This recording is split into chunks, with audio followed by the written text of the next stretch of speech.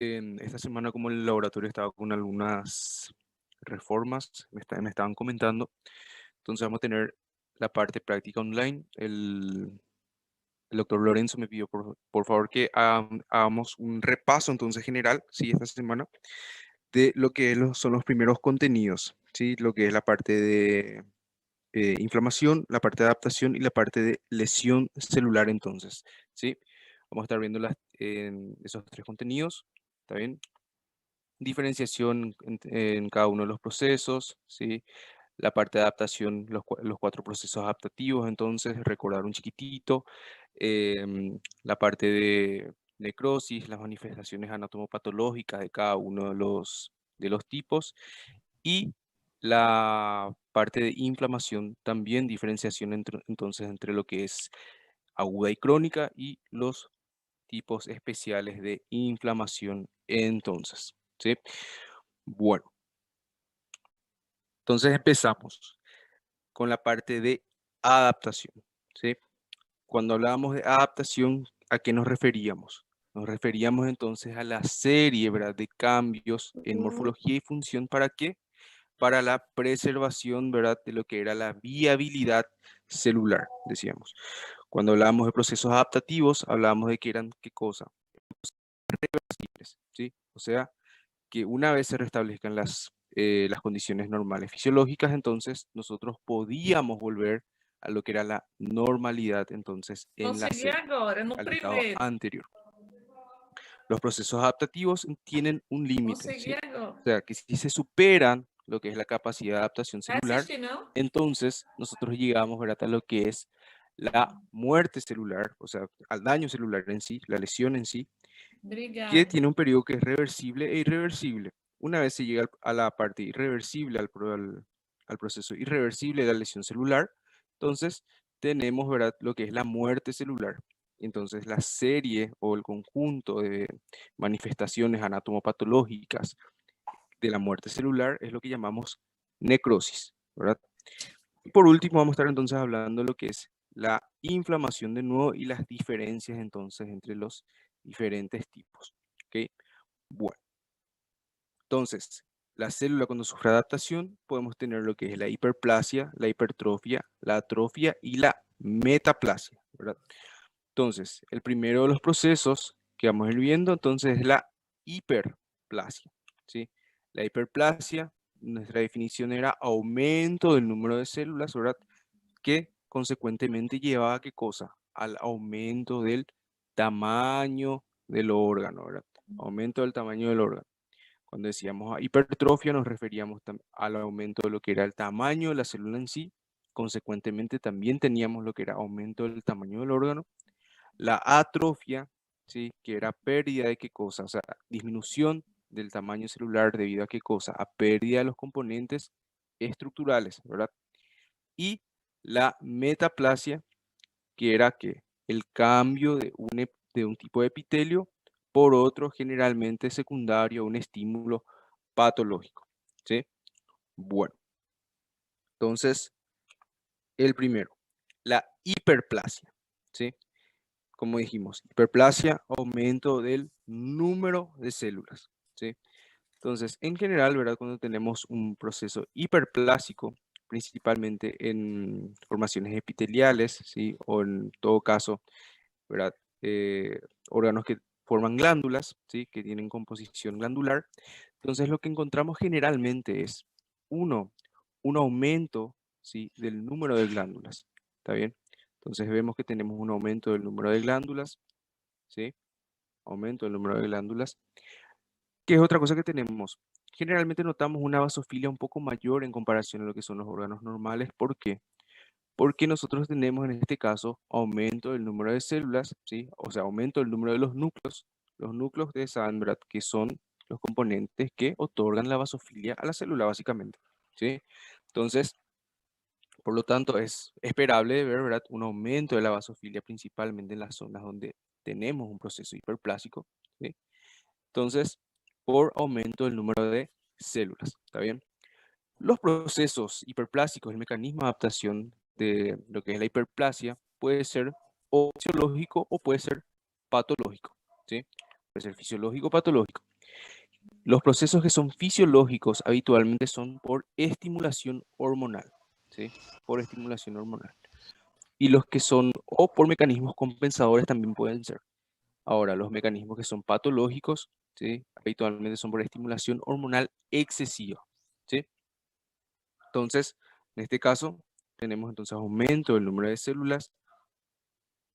En esta siguiente lámina, ahora tenemos lo mismo, pero ya es un mecanismo compensador, ¿sí? Acá vemos nódulos linfáticos.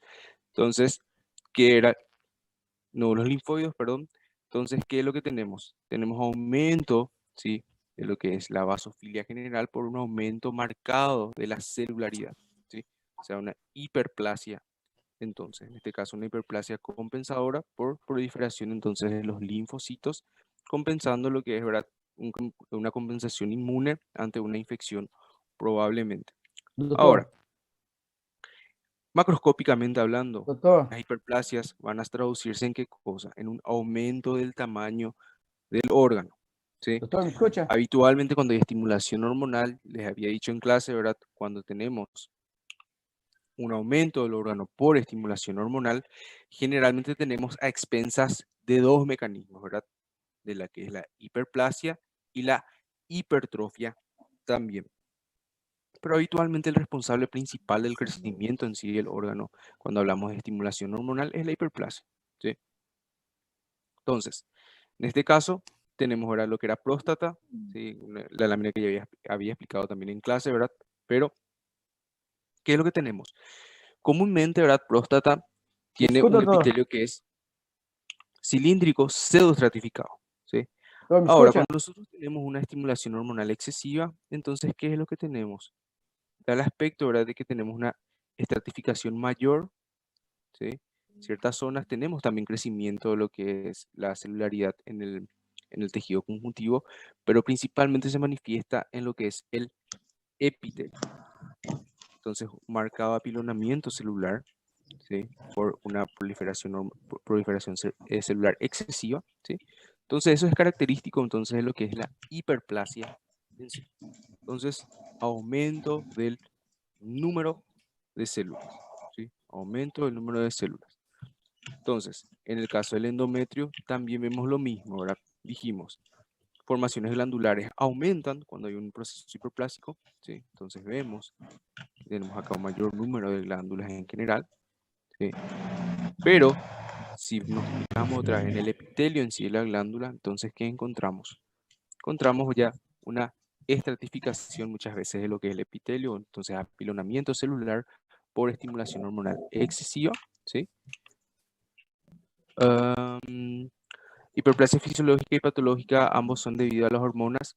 La hiperplasia fisiológica, sí, puede ser por hormonas o puede ser un mecanismo compensatorio, ¿sí? Mecanismo compensatorio, por ejemplo, una hiperplasia linfoide, ¿sí? Es un mecanismo compensatorio. O, por ejemplo, una hepatectomía, entonces hay pérdida ahora de lo que es tejido, entonces las células empiezan a proliferar. En ese caso tenemos una hiperplasia fisiológica, pero es compensatoria. La hiperplasia prostática, por otro lado, ya es patológica, ¿sí? Suele ser por una estimulación hormonal excesiva ya. Otro factor que puede inducir a una hiperplasia patológica, por ejemplo, es producción de factores de crecimiento por ciertos virus, ¿sí? Factores de crecimiento por ciertos virus, por ejemplo, o sea, el VPH, por ejemplo, puede producir factores de crecimiento que inducen a proliferación epitelial, por ejemplo, ¿sí? Entonces, fisiológica por mecanismos compensadores o por hormonas y la patológica por estimulación hormonal excesiva o factores de crecimiento producidos por ciertos virus también, ¿sí? Bueno, entonces, crecimiento celular, aumento de la celularidad, ¿sí? Si vemos acá desde cerca, entonces, ¿qué vemos? ¿Verdad? Aumento de lo que es la cantidad de los núcleos, ¿verdad? Justamente, ¿verdad? Traducido en un aumento de lo que es el número de células, principalmente ¿verdad? En la zona epitelial, ¿sí? Entonces, muchas veces da una impresión ¿verdad? De apilonamiento celular por proliferación excesiva entonces de las células, ¿sí? En este caso tenemos piel, ¿sí? Vemos que una de las capas de la piel entonces está con una proliferación exagerada, ¿sí? O sea, hiperplasia entonces de una de las capas de la piel, o sea, aumento del número de células, ¿sí? E incluso si nos fijamos, algunas células, ¿verdad? Están hipertrofiadas en relación a otras, ¿sí? Hay algunas células que son de mayor tamaño. Entonces, como les dije, la estimulación hormonal y lo que es factores de crecimiento también pueden inducir a hipertrofia de las células, pero principalmente, ¿verdad? Decantan por la hiperplasia, ¿ok? Bueno. Entonces, eso en cuanto a la hiperplasia. Entonces, hiperplasia, aumento de lo que es el número de células, ¿sí? Cuando hablamos de hipertrofia, entonces nos referimos a qué cosa? Aumento del tamaño celular, ¿sí? El aumento del tamaño celular. Generalmente, cuando tenemos la hipertrofia, también podemos hablar de lo que es fisiológico y patológico, ¿sí? Fisiológico, como dijimos, pueden ser por estimulación hormonal también, o también puede ser por un mecanismo compensador como es el crecimiento muscular ante el ejercicio, ¿sí? Ahora, los que son fisiológicos también pueden ser por una estimulación hormonal excesiva o en todo caso se manifiesta principalmente en lo que es corazón, ¿sí? Corazón entonces, o sea, el crecimiento de lo que es el tamaño de las fibras, ¿sí? De los cardiomiocitos debido a, ¿qué cosa? A estímulos secundarios que son patológicos, como la hipertensión arterial, valvulopatías o en todo caso una miocardiopatía hipertrófica, ¿sí? Entonces, en este caso, ¿qué es lo que tenemos? Vemos corazón, ventrículo izquierdo, ¿verdad? Aumento de lo que es el grosor de la pared, ¿sí? Un aumento marcado del grosor de la pared. Incluso en ciertas zonas podemos ver necrosis, ¿verdad? O sea, zonas de infarto, o sea, necrosis de tipo coagulativo, ¿sí? ¿Por qué? Porque el crecimiento entonces del músculo es tan extenso que ni siquiera el corazón consigue entonces suplementar la cantidad de oxígeno necesaria para el músculo, ¿sí? Entonces, en este caso tenemos una hipertrofia, entonces, patológica, ¿verdad? Generalmente no se les pide que ustedes hagan la diferenciación entre lo que es fisiológico patológico, pero sí reconocer entonces el proceso de lo que es la hipertrofia, ¿sí? Mecanismo adaptativo de la hipertrofia. Si nosotros vemos en la parte microscópica, ¿qué es lo que notamos? Entonces, fibras de tamaño normal, ¿sí? Fibras hipertrofiadas, ¿sí? Entonces, ¿qué es lo que notamos? Aumento del grosor de la fibra en los cortes longitudinales, ¿sí? Muchas veces hay también un aumento de lo que es el tamaño del núcleo, ¿sí? No suele ser tan marcado como el aumento de lo que es el componente citoplasmático en sí, pero también hay, ¿sí? En comparación a lo que son fibras normales y en cortes transversales, como les había dicho en clase, ¿verdad? Comparación con fibras un poco más normales y otras que están hipertrofiadas entonces pueden ver de esta manera, ¿sí? Fibras hipertrofiadas en comparación a otras que tienen tamaño un poco más reducido, ¿sí? Entonces cortes longitudinales, cortes transversales entonces. Vemos aumento entonces de lo que es el tamaño celular, ¿sí? Ahora, cuando tenemos, ¿verdad? Por estimulación hormonal en otros casos, muchas veces esta imagen, ¿verdad? Era la que había utilizado luego en clase, decíamos que generalmente lo que era el proceso hipertrófico en sí era a expensas de crecimiento, ¿verdad? De lo que era componente citoplasmático antes que el componente nuclear, ¿verdad? Entonces, el componente nuclear principalmente era la vasofilia de nuestro corte, ¿verdad? Y lo que era el componente citoplasmático, la eosinofilia. Entonces, nuestro esquema, ¿verdad? Podríamos hacer de la siguiente manera. Entonces, nuestra célula, ¿verdad? Ok.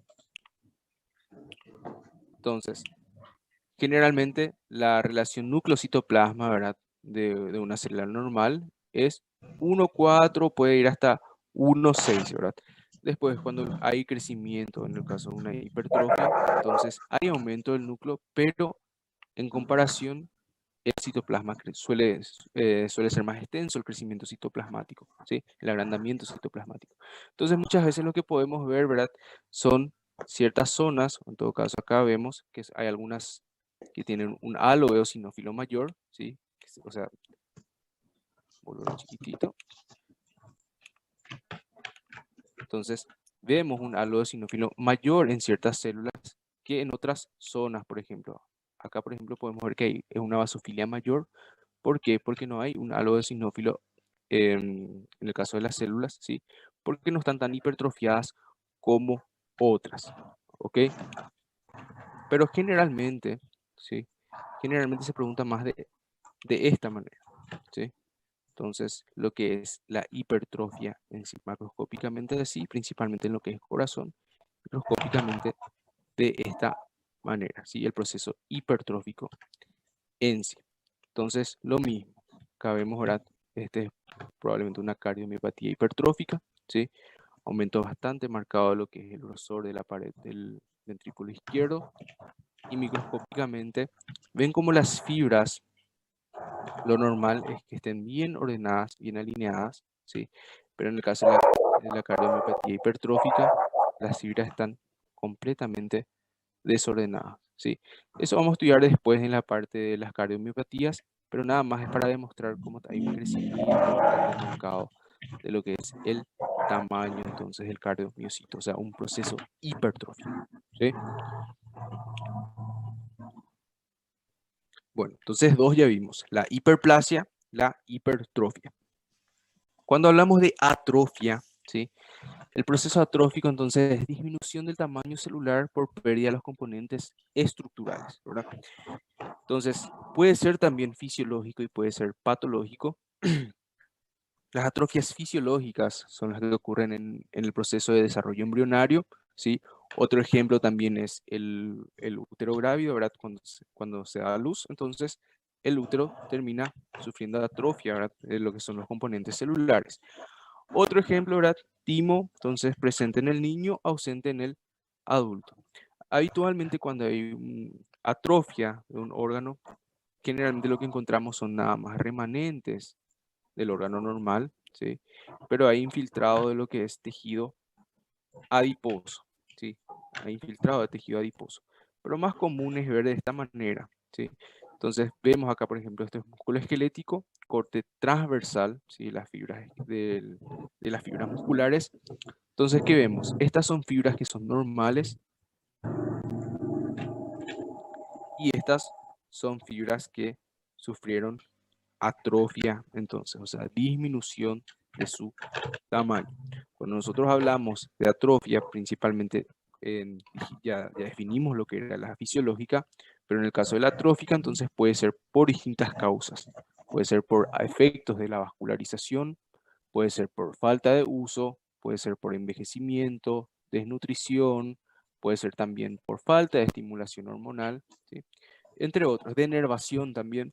Entonces, acá lo que vemos es músculo esquelético, puede ser, ¿verdad? Por denervación, puede ser también por falta de uso directamente, pero lo que sí, la idea es que tenemos entonces fibras que están atróficas en comparación entonces a fibras normales, ¿sí? Entonces, el proceso de atrofia. Otro ejemplo, ¿sí? Entonces, fibras musculares, atrofia entonces, ¿sí? Entonces, acá, ¿ok? Fibras atróficas. Macroscópicamente se traduce en una disminución de lo que es el tamaño global del órgano, ¿sí? En este caso, testículos, testículo atrófico, testículo normal, ¿sí? Por distintas causas pueden ser también, ¿verdad?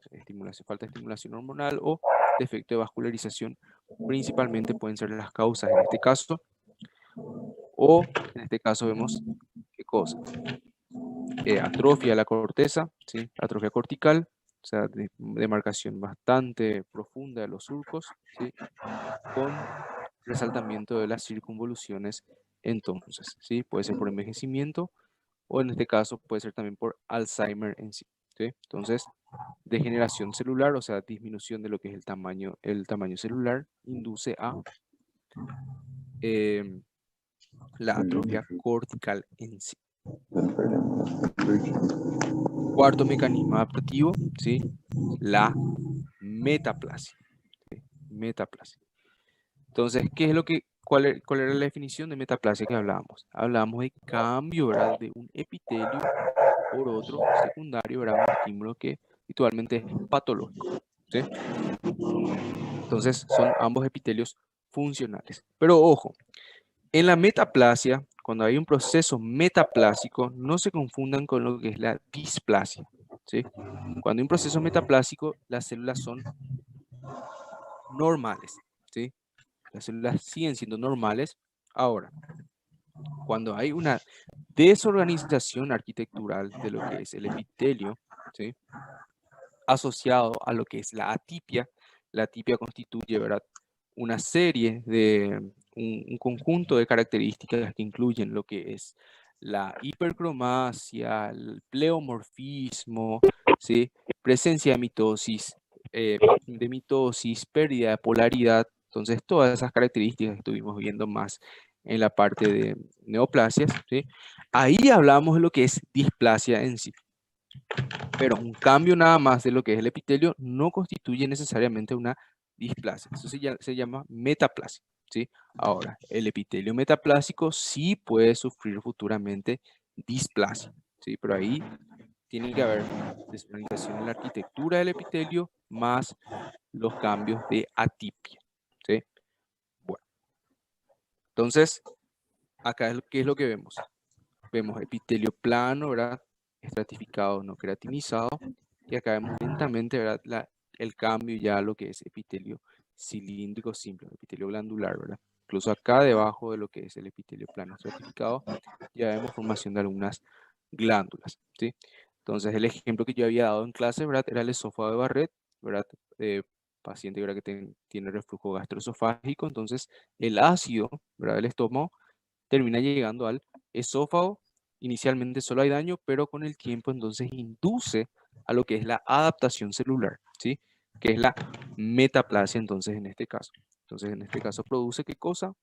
Formación de glándulas. ¿Por qué? Porque el moco, ¿verdad?, disminuye, o sea, protege contra lo que es el pH del ácido estomacal, ¿sí? Entonces, ante un estímulo secundario que es patológico en ese caso, ¿sí?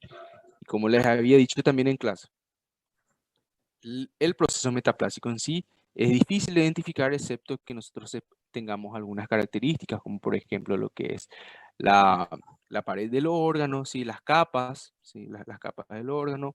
Entonces, identificar de esa manera que no corresponde tal epitelio a tal zona.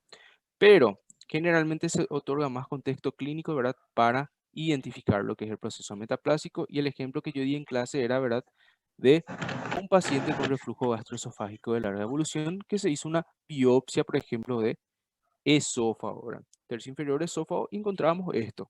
Entonces, con esos datos que recibimos, entonces podemos hablar de que el mecanismo adaptativo en este caso es una metaplasia. ¿Por qué? Porque encontramos en esto, ¿qué cosa? Epitelio cilíndrico simple, ¿verdad?, con células caliciformes, ¿verdad?, que no corresponde a lo que es en esófago, entonces en ese caso, ¿sí? Entonces ahí hablamos de metaplasia